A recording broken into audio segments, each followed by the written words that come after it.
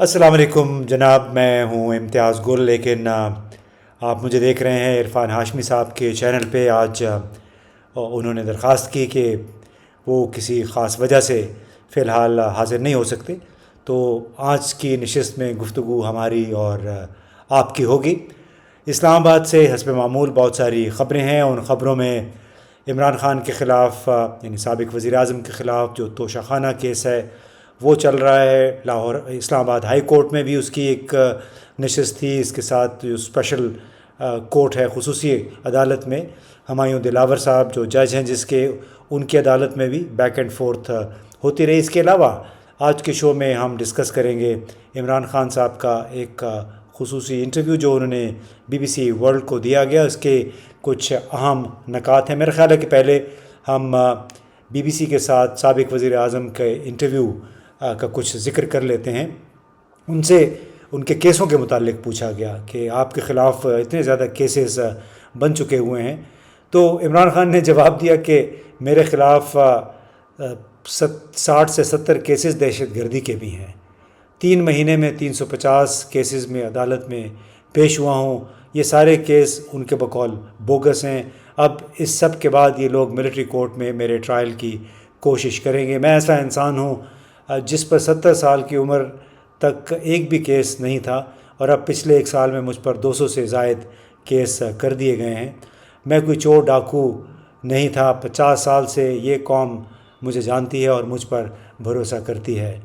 اب اس کے بعد انہوں نے اپنی مقبولیت کی بھی بات کی جو انہیں ملی ہے گزشتہ سال، یعنی 9 اپریل کو ان کی حکومت کے خاتمے کے بعد، کہ جب ان کی حکومت کا ووٹ بینک لگتا ہے کہ کم ہو گیا تھا، لیکن اس کے بعد سے مسلسل اس ووٹ بینک میں اضافہ ہوا ہے۔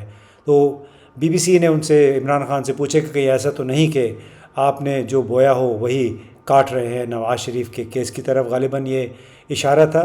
تو انہوں نے کہا کہ یہ دونوں چیزیں بالکل مختلف ہیں۔ نواز شریف پاناما میں نااہل ہوا تھا، پاناما کیس تھا، اس کے 4 فلیٹ نکلے ہیں جو لندن میں تھے، اور اس کے بعد 1.5 سال تک اس پر انکوائری بھی ہوتی رہی ہے۔ اس کے بعد وہ منی ٹریل بھی نہیں دے سکے ہیں، اور اسی لیے اسے نااہل کیا گیا۔ میرے خلاف تو 2 کرپشن کے کیسز ہیں، اس میں ابھی تک کچھ ثابت بھی نہیں ہوا۔ دونوں ہی کیس ان کے بقول بوگس ہیں، ایک القادر ٹرسٹ کا اور دوسرا توشہ خانہ کا۔ اس کے بعد پھر BBC کے اینکر نے ان سے سوال کیا کہ کیا آپ کے لوگوں نے 9 مئی کو فوجی تنصیبات پر حملہ کیا، اور اس کی وجہ کیا تھی؟ یعنی یہ وہ سوال ہے جو پہلی مرتبہ اس طرح ڈائریکٹلی پوچھا گیا ہے عمران خان سے۔ تو عمران خان نے اس پہ کہا کہ میں نے کبھی بھی اپنے فالوورز کو شدت پسندی پر نہیں اکسایا، ہر بار ہم نے پرامن احتجاج کیا ہے۔ کورٹ نے بھی یہی کہا۔ 2 ججمنٹ آ چکی ہیں، غالباً ان کا اشارہ شہریار آفریدی کی گرفتاری نظر بندی کے حوالے سے کیس میں تھا، جس میں تمام 9-10 ملزمان کو بری کر دیا گیا تھا۔ اور عمران خان نے کہا کہ اس کیس میں یہ کسی کیس میں بھی ثابت نہیں ہو سکا کہ ہمارے لوگوں نے جان بوجھ کے وہ کام کیا جس کا ان پہ الزام لگایا جا رہا ہے۔ یہ کیسز غلط ہیں، اس کی آزادانہ انکوائری ہونی چاہیے۔ یہ وہ مطالبہ ہے جو عمران خان بار بار دہراتے رہے ہیں۔ اور پھر ایک ان سے سوال ہوا ان کی حکومت کے گرانے کے حوالے سے کہ وہ کیا اسباب تھے، کیوں ان کی حکومت گرائی گئی۔ تو اس پہ پھر عمران خان نے کہا، کیونکہ بار بار یہ سوال ان سے اٹھتا ہے اور لامحالہ اشارہ اس طرف ہوتا ہے کہ کیوں ایک سازش کا بیانیہ بنا کر انہوں نے سائفر کا، یعنی واشنگٹن سے میرے سفیر کے جو مراسلہ تھا اس کا ذکر کیا۔ تو عمران خان نے اس سوال کے جواب میں کہا کہ کیا مجھے سچ نہیں بتانا چاہیے تھا؟ اب تو سب لوگوں کو معلوم ہو چکا ہے کہ آخر ہوا کیا۔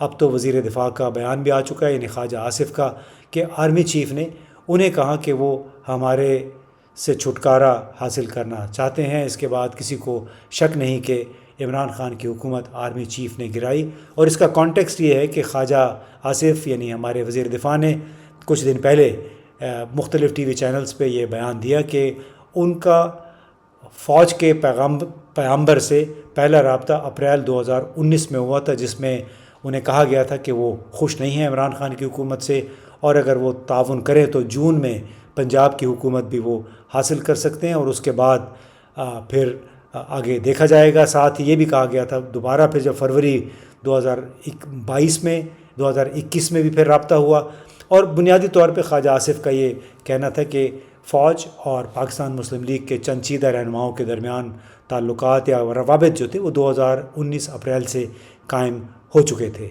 اب عمران خان کی بات کو یہ انڈورسمنٹ ملتی ہے اس طریقے سے کہ وہ کہتے ہیں کہ ہماری حکومت کے خلاف فوج کے سابق سربراہ جنرل قمر جاوید باجوہ نے ایک بڑی سسٹینڈ باقاعدہ منظم انداز میں سازش کی ان کو ڈسکریڈٹ کرنے کے لیے اور بالآخر ان کو حکومت سے محروم کرنے کے لیے۔ اس کے بعد ایک اور سوال ہوا کہ کیا آپ کو حکومت کے اپنے لوگ کہہ رہے ہیں کہ 9 مئی کی گئی سازش عمران خان نے کی اور پرویز خٹک کو بھی کوٹ کیا گیا ہے، یعنی اپنی پارٹی کے اندر سے ہی لوگ جو ہیں وہ عمران خان کے خلاف ہو گئے ہیں؟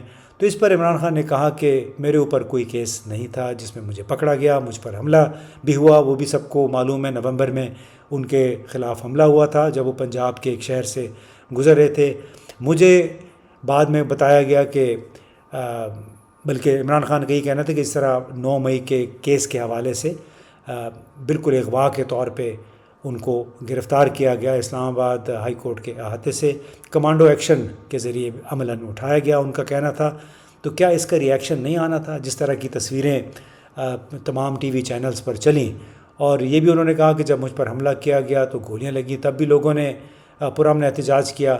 9 مئی کا سارا واقعہ پہلے سے پلانٹڈ تھا، اس کی یعنی پہلے سے ایک لحاظ سے تیار کیا گیا تھا۔ مجھے پولیس کی بجائے کمانڈوز نے پکڑا کیونکہ وہ شدت پسندانہ ریئیکشن چاہتے تھے میرے جو فالوورز ہیں ان کی طرف سے۔ تو یہ کوئی موٹی موٹی باتیں تھیں جو عمران خان نے اپنے انٹرویو میں کئی۔ پھر ایک فواد چودھری کے حوالے سے بھی کوئی سوال تھا کہ وہ کہہ رہے ہیں کہ نواز شریف اور اسٹیبلشمنٹ کے ساتھ عمران خان کو بات کرنی چاہیے۔ تو اس پر عمران خان نے یہ بھی جواب دیا کہ دراصل ہم ڈارک ایجز کی طرف جا رہے ہیں، یہاں پر غیر اعلانیہ ماشاء اللہ ہے، سارے ادارے تباہ ہو چکے ہیں، اب کیا اس صورتحال میں بھی ان کے ساتھ میں ہاتھ ملاؤں جنہوں نے ملک کو اتنے عرصے تک لوٹا؟ میں اپوزیشن میں رہنا پسند کروں گا بجائے ان کرپٹ لوگوں کے ساتھ ہاتھ ملانے کو۔ یہ وہی ان کا موقف ہے عمران خان کا جو انہوں نے بڑے عرصے سے اختیار کر رکھا تھا۔ ان کا بار بار یہ کہنا تھا کہ میں ان چوروں ڈاکوؤں کے ساتھ ہاتھ نہیں ملاؤں گا۔ یہ ظاہر ہے قابل بحث موضوع ہے کہ کیا ایک جمہوری عمل میں ایک پارلیمنٹ میں ہوتے ہوئے آپ کو ان لوگوں کے ساتھ پھر ہاتھ ملانا چاہیے یا نہیں۔ ان کا یہ بہرحال کہنا تھا کہ پاکستان کے مسائل، یہ بھی تھوڑی سی سادہ سی وہ بات کرتے ہیں کہ پاکستان کے سارے مسائل سے نکلنے کا واحد حل صرف الیکشن ہے، شفاف الیکشن ہے۔ یہاں پر دہشت گردی بھی بڑھ رہی ہے، انتہا پسندی کے جذبات بھی دیکھنے میں آ رہے ہیں، تو بڑا ضروری ہے کہ ایک منتخب حکومت ہو، شفاف عمل کے ذریعے وجود میں آئے اور پھر وہ پاکستان کے مسائل حل کرنے کی کوشش کرے۔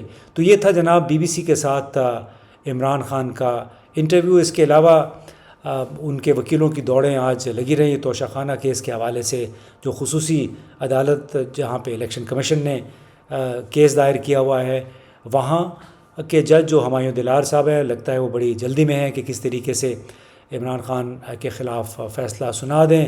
انہوں نے آج فیصلہ نہیں سنایا، اب بات کل پہ چلی گئی ہے، اور اس دوران جو ان کا جو رویہ تھا عمران خان کے وکلاء کے ساتھ، وہ ایسے ہی لگ رہا تھا کہ وہ بہت جلدی میں ہیں اور ہر بات اپنی منوانا چاہتے ہیں، اور یہ کہ انہیں جو اسلام آباد ہائی کورٹ ہے اس کی بھی پرواہ نہیں ہے، کیونکہ اسلام آباد ہائی کورٹ سے جو ان کو عمران خان کے وکلاء نے بار بار یہ بتایا کہ اسلام آباد ہائی کورٹ میں بھی ہم نے یہ درخواست دائر کر رکھی ہے وہ آپ کے کانڈکٹ کے خلاف اور اسی کیس کے حوالے سے بھی، تو آپ ذرا سا اس کا انتظار کر لیں۔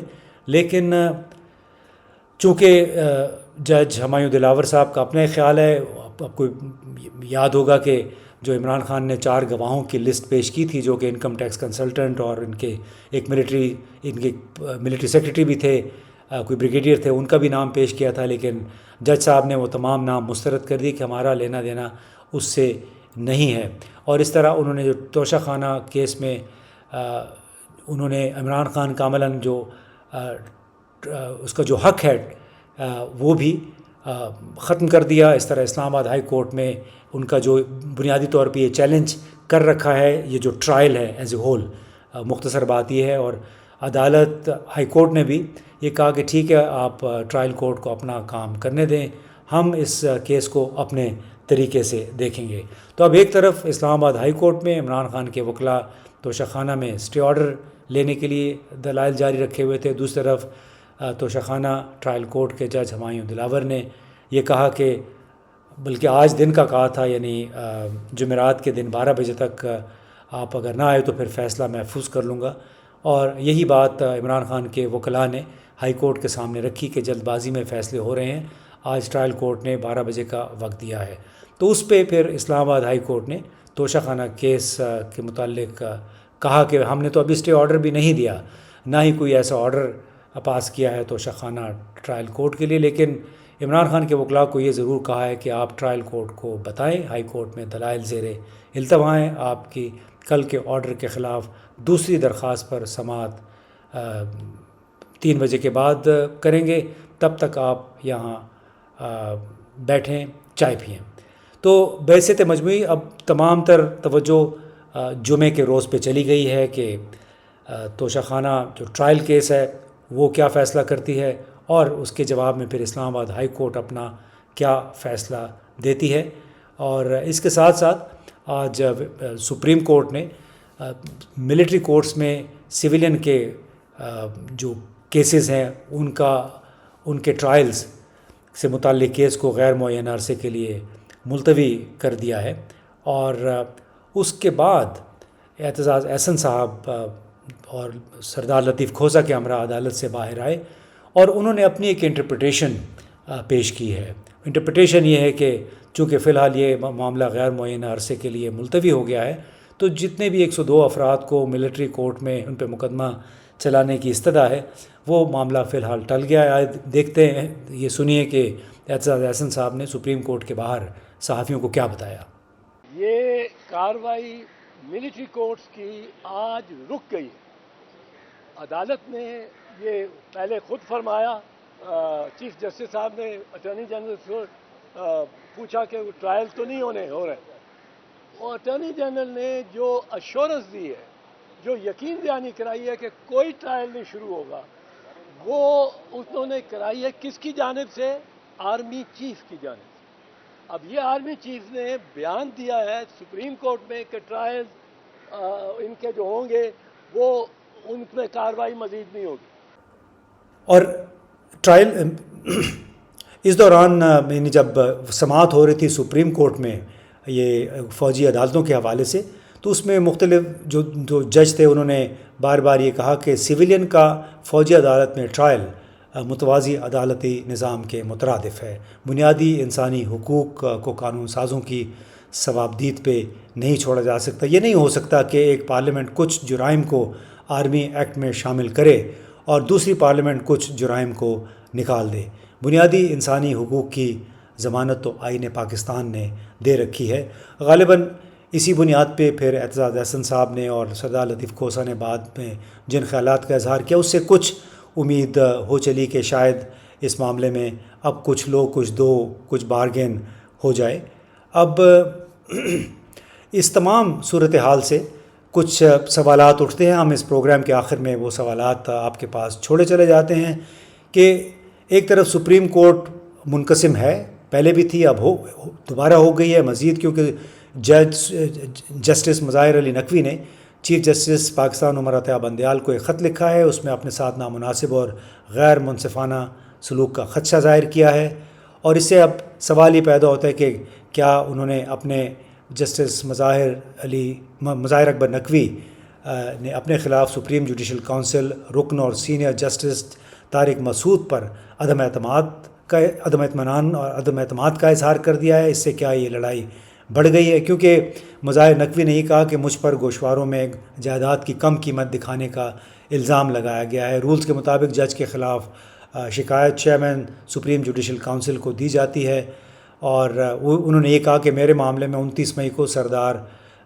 طارق مسعود یعنی جسٹس طارق مسعود کو رائے کے لیے شکایت بھیجی گئی, اور مذکورہ جج کے 3 اور 26 اپریل کو کونسل ممبران اور مجھے لکھے گئے 2 خطوط ریکارڈ پر ہیں۔ ان خطوط میں کارروائی شروع کرنے کے لیے بے صبری بے تابی کا مظاہرہ کیا گیا تھا۔ جج کا یہ طرز عمل نہ صرف حیران کن ہے بلکہ یہ بے مثال ہے۔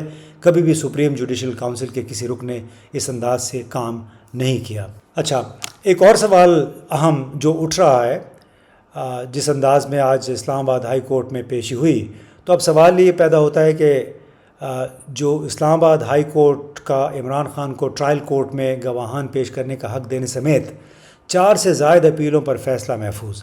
اب معاملے کی ارجنسی کو دیکھتے ہوئے کل کی بجائے آج یعنی جمعرات کو فیصلہ کیوں نہیں سنایا جا سکا؟ شارٹ آرڈر کا بھی لٹک جانا کیا بتا رہا ہے، کیا میسج ہے؟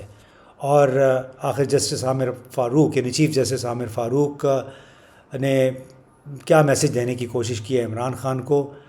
اور اس کے علاوہ کیا یہ ممکن ہے کہ جسٹس عامر فاروق اس بات پہ غصے میں ہیں کہ کیوں عمران خان کے وکلاء نے ان پر عدم اعتماد کا اظہار کیا ہے؟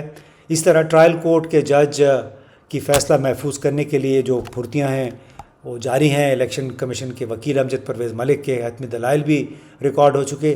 ٹرائل کورٹ کو فیصلہ سنانے کی جلدی اور ہائی کورٹ کو فیصلہ لٹکانے کی فکر عمران خان کے لیے کیا آثار اچھے نہیں ہیں؟ کیا ان کی ڈسکوالیفیکیشن کا عملاً فیصلہ ہو چکا ہے اور اب محض ایک مناسب موقع کی تلاش جاری ہے؟ اور دوسرے یہ کہ اسلام آباد ہائی کورٹ کے لیے جج ہمایوں دلاور کا جانبدارانہ رویہ نوٹ کرنے اور اس پر عمران خان کو ریلیف دینا اتنا مشکل کیوں ہو رہا ہے؟ ٹرائل کورٹ کی خامیاں ہائی کورٹ نظر انداز کیوں کر رہی ہے؟ تو یہ چند بنیادی سوالات ہیں جو کہ اسلام آباد میں ہائی کورٹ اور توشہ خانہ ٹرائل کورٹ کے حوالے سے ابھرے ہیں۔ اب بڑا سسپینس ہے کہ 4 اگست کو اسلام آباد میں ان دونوں عدالتوں میں کیا فیصلہ ہوتا ہے۔ کیا عمران خان کی ڈسکوالیفیکیشن کا اعلان ہو جاتا ہے یا پھر معاملہ مزید طول پکڑ سکتا ہے؟ اجازت دیجیے، دیکھنے کا بہت بہت شکریہ۔